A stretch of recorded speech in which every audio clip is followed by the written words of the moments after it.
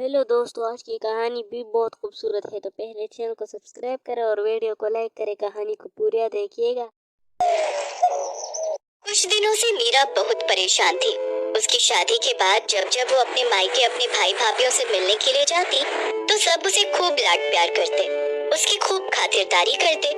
पर कुछ समय से वो उनके नेचर में चेंज देख रही थी, इसीलिए उसका मन भी बहुत उदास था। क्या हुआ बहू, तुम थोड़ी परेशान दिखाई दे रही हो? मुझसे कहो, मैं भी तो तुम्हारी माँ हूँ। माँ जी, शादी से पहले भैया भाभी मेरे से बहुत प्यार से बात करते थे, मेरी छोटी छोटी जरूरतों का बहुत ख्याल रखते थे, मुझे किसी भी चीज की कमी नहीं होने देते थे। पर शादी के बाद मैं जब भी उनसे मिलने जाती हूँ वो मेरे से ठीक से बात ही नहीं करते और यहाँ तक कि मुझसे मिलने भी नहीं आते और मुझे उन्होंने बुलाना भी बहुत कम कर दिया है। आखिर ऐसा क्या हुआ है जिस वजह से वो लोग मुझसे बात करने से कतराने लगे हैं? हो सकता है बहू ये तुम्हारे मन का वहम हो। पहले तुम उनके साथ रहती थी ना, तो तुम्हें इस बात का एहसास नहीं होता था। अब तुम उनसे दूर हो, इसलिए तो उन्हें ज्यादा याद करने लगी हो, तभी तुम्हारे मन में ऐसे विचार आ रहे हैं। मुझे नहीं लगता कि ऐसा कुछ उनके मन में होगा। एक काम करो, तुम कुछ दिनों के लिए अपने मायके रहकर आ जाओ, इससे तुम्हारे मन का वहम भी दूर हो जाएगा और तुम्हारा उदास मन भी ठीक हो जाएगा। थैंक यू माँ जी, मैं तो पता नहीं क्या क्या सोच रही थी। मैं कल ही मायके रहने चली जाती हूँ। एक काम करती हूँ, मैं उन्हें कुछ बताऊंगी नहीं, उन सबको सरप्राइज दूंगी। अगले दिन मीरा अपने भैया भाभी को सरप्राइज देने के लिए अपने मायके पहुँचती है, पर वहाँ पर तो ताला लगा हुआ था। अरे, घर पर तो ताला लगा हुआ है। हो सकता है निशा भाभी और अलका भाभी कहीं बाहर गई हो। थोड़ा इंतजार कर लेती हूँ। एक काम करती हूँ, निशा भाभी के मोबाइल पर फोन करती हूँ। मीरा अपनी बड़ी भाभी को फोन मिलाती है, पर फोन ही नहीं मिल रहा था। तभी पड़ोसन उसके पास आती है। अरे मीरा बिटिया, कैसी हो?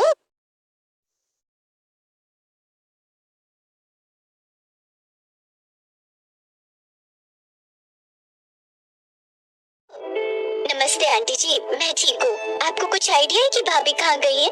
वो सब तो घूमने के लिए विदेश गए हैं, 1 महीने बाद लौटेंगे। वो तुम्हारे भतीजे ऋषि का बर्थडे है ना, वही मनाने के लिए गए हैं। विदेश गए हैं? मुझे बताया भी नहीं।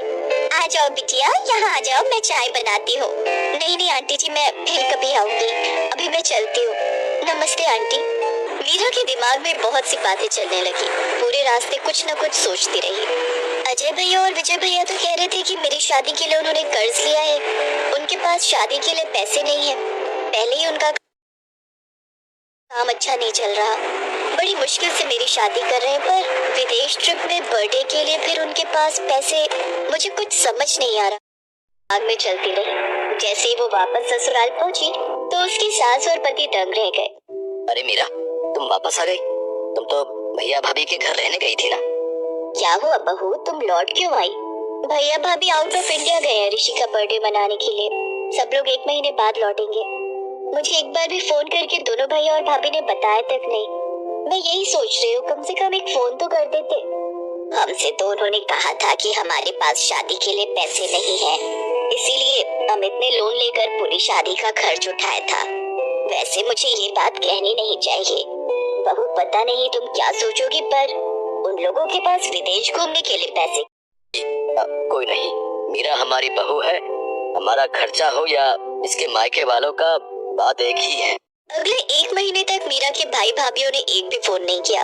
अचानक 1 महीने बाद एक दिन जब मीरा अपने पति अमित के साथ बाजार गई हुई थी, वहीं उसकी दोनों भाभियां उसे दिखाई, पर वो दोनों उससे नजरें चुराने लगी। सुनो, ये तो निशा भाभी और अलका भाभी है ना? इसका मतलब ये लोग विदेश से वापस आ गए, पर इन्होंने आकर भी मुझे फोन नहीं किया। चलो तो मैं बात करती हूँ। छोड़ो ना मीरा, जब उन्होंने ही तुम्हें याद नहीं किया तो तुम क्यों उनसे बात कर रही हो? रहने दो। नहीं नहीं, ऐसे थोड़ी होता है। जरा पूछो तो, वो मेरी भाभियां हैं, उनसे ये सब पूछने का तो मेरा हक बनता है। रुको, मैं अभी पूछती हूँ। मीरा जैसे ही अपनी दोनों भाभियों के पास जाने लगती है, उसकी भाभियां उसे देखकर इग्नोर करके चली जाती है। निशा भाभी, अलका भाभी, इधर। अरे, मुझे देखकर भी अनदेखा कर दिया। मुझे कुछ समझ नहीं आ रहा, आखिर ये माजरा क्या है? मैंने तुम्हें बोला था ना। तक मीरा ने वेट किया, फिर भी किसी का भी फोन उसके मायके से नहीं आया।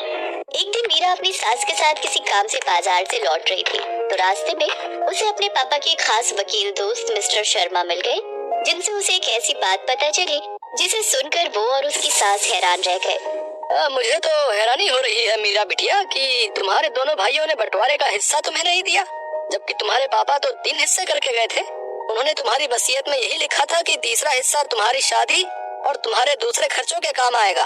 पता नहीं अचानक से तुम्हारे दोनों भाइयों ने मुझे मना कर दिया और मेरी जगह किसी और वकील को हायर कर लिया। मुझे बात ही समझ नहीं आई। अब मैं क्या ही बोलता कि मुझे क्यों हटा रहे हो। मेरा बोलना भी सही नहीं था ना, पर मैं ये तो कहूँगा बेटी कि तुम्हें अपने हक का पैसा लेना चाहिए। नहीं की है। मैं यकीन नहीं कर सकती कि मेरे अपने सगे भाई मेरे साथ ऐसा करेंगे। वकील अंकल प्लीज मेरी हेल्प कीजिए, ताकि मैं अपने हिस्से के पैसे अपने भाई भाभीयों से ले सकूं। एक बार वो कहते तो सही कि बहन हम तुझे बंटवारे का हिस्सा नहीं देना चाहते, तो मैं हंसते हंसते वो पैसे उन्हें दे देती। अरे जरूर करूँगा बेटी है। मीरा तुमने बिल्कुल सही फैसला। मीरा को इस बात का दुख था कि उसके भाई पैसों के लिए उसके साथ गलत हो गए। आज से मेरा कोई मायका नहीं है। भूल जाना कि आपकी कोई बहन भी थी। ऐसा मत कह मीरा, हमसे गलती हो गई। हाँ मीरा, पैसों के लालच में हम अंधे हो गए थे। नहीं भैया, अब बहुत देर हो चुकी है। प्लीज अब आप मुझसे कभी भी कोई वास्ता मत रखना। थैंक यू शर्मा अंकल, आपने मेरी बहुत हेल्प की। मीरा की आंखों में आंसू थे। उसने हमेशा के लिए अपने भाइयों से मुंह मोड़ लिया। शायद उसके भाई भाभीयों के लिए यही सबसे बड़ी सजा थी। अर्चना और सिमरन 2 सगी बहनें थी। दोनों बहनें गरीब घर से थी, इसलिए उनके माता पिता ने अच्छा रिश्ता मिलते ही उनकी शादी 2 सगे भाइयों से एक ही दिन कर दी। शादी के अगले दिन से ही दोनों बहनों ने घर की सारी जिम्मेदारियां संभाल ली। दीदी मैं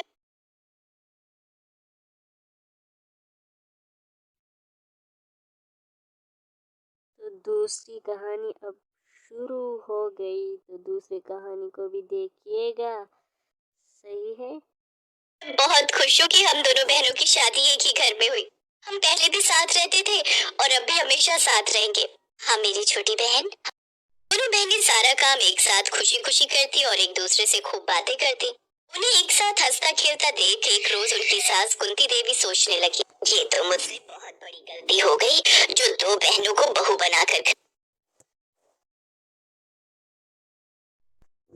तो देखते हैं कि आगे कहानी में क्या होता है दूसरे कहानी में, और चैनल को सब्सक्राइब करना ना भूलिएगा।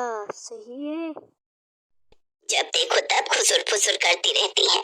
ऐसे ही कुछ महीने बीते। फिर एक रोज सिमरन अपनी बड़ी बहन से, दीदी आज अमन जी की ऑफिस पार्टी है, इसलिए मैं इनके साथ जा रही हूँ, तो आप आज घर का काम अकेले संभाल लेना। ठीक है, तुम चिंता मत करो और पार्टी एंजॉय करना। उसके जाने के बाद कुंती देवी ने देखा रसोई में ढेर सारे गंदे बर्तन पड़े हैं। उसके लिए यही सही वक्त था दोनों बहनों में दरार डालने का। वो बड़ी बहू के पास गई और कहने लगी, अरे बड़ी बहू देख तो सिमरन सारे बर्तन ऐसे ही छोड़ कर गई है, अब तुझे ही धोने पड़ेंगे। अब तो कब इन्हें धोएगी, फिर कब खाना बनाएगी और बाकी काम करेगी। वो महारानी तो वहाँ पार्टी एंजॉय कर रही है, तू बेचारी घर पर बर्तन घिसेगी।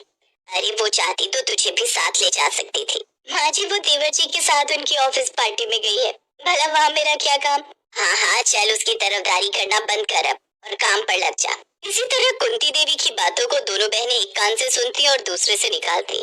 ऐसे ही समय बीता। फिर एक रोज अमन की नौकरी चली गई। 3 महीने हो गए लेकिन कहीं भी अमन को नौकरी नहीं मिली और घर का सारा भार अकेले बड़े बेटे अशोक पर ही आ गया। एक दिन सिमरन अर्चना के पास आई और कहने लगी, दीदी मेरा शैम्पू खत्म हो गया है, क्या मुझे कुछ पैसे मिल सकते हैं शैम्पू लाने के लिए। सिमरन तुम मेरे शैम्पू से बाल धो लो, मेरे पास। कहती है, मेरा बड़ा बेटा बेचारा अकेला पिस रहा है और इस महारानी को शैम्पू चाहिए। इतना ही शौक है तो कुछ काम धाम क्यों नहीं कर लेती। एक की कमाई से घर का गुजारा नहीं चल रहा था, जिस वजह से घर में परेशानी बढ़ती जा रही थी। और अपनी सास की बातें अब अर्चना को भी सही लगने लगी थी। उसका पति घर चलाता था, इसलिए अर्चना भी अब घर के कामों से काम चोरी करने लगी। फिर एक रोज, दीदी चाय पत्ती तो खत्म हो गई है, चाय कैसे बनाऊं। अब क्या तेरे पति के पास इतनी भी सेविंग नहीं है कि 100 रुपए खर्च कर सके। अरे कब तक हम यूं ही दूसरों का बोझा ढोते रहेंगे। आगे हमारा भी परिवार बढ़ेगा, हमें भी तो अपने भविष्य के बारे में सोचना है, कुछ बचत करनी है।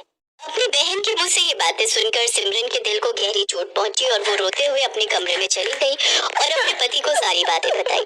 भाभी भी तो सही कह रही है सिमरन, आखिर वो कब तक हमें मुफ्त की रोटियां खिलाती रहेंगी।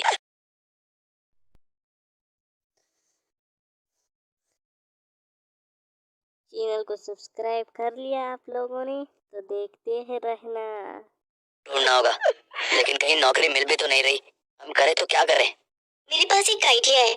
हम दोनों पढ़े लिखे हैं, तो क्यों ना हम बच्चों को ट्यूशन पढ़ाने का काम करें। वैसे भी यहाँ आसपास कोई ट्यूशन देने वाला नहीं है। ये तो बहुत ही अच्छा विचार है। फिर दोनों पति पत्नी ने बच्चों को ट्यूशन पढ़ाना शुरू कर दिया, जिससे उन्हें काफी अच्छी आमदनी होने लगी। फिर अपनी पहली कमाई सिमरन ने अर्चना को देते हुए कहा, दीदी ये लो हमारी पहली कमाई, अब इससे घर का राशन पानी ले आते हैं। आप मुझसे नाराज होती हो तो कुछ अच्छा नहीं लगता दीदी। क्या हम दोनों बहनें पहले की तरह एक साथ नहीं रह सकती? देवरानी जेठानी बनकर नहीं, बल्कि बहन बनकर। मैंने तुझे कब अपनी देवरानी समझा मेरी बहन? माना कि हम दोनों की ससुराल एक है, लेकिन हम हमेशा बहने ही रहेंगे। अगर मैं तुम्हारे साथ गलत व्यवहार नहीं करती सिमरन, तो तुम कैसे अपने अंदर छुपे हुनर को पहचान पाती? ये सब मैंने इसलिए किया ताकि तुम किसी पर आश्रित ना रहो। अपने व्यवहार के लिए मैं तुमसे माफी चाहती हूँ। मेरी प्यारी बहना, मैं आज भी तुझे उतना ही प्यार करती हूँ जितना पहले करती थी। देखा माँ, दो बहनों का एक ससुराल होने का फायदा। ये सुनकर सभी खिलखिलाकर हंस पड़े। तो ये थी हमारी कहानी के एंड।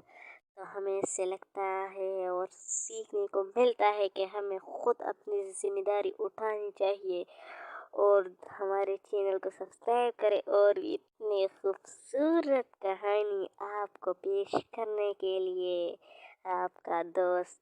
तो चैनल को ज़रूर सब्सक्राइब करें, ज़रूर, क्योंकि हम बहुत बड़ी फैमिली बनाने चाहते हैं जहां हम आपको कहानी सुनाए।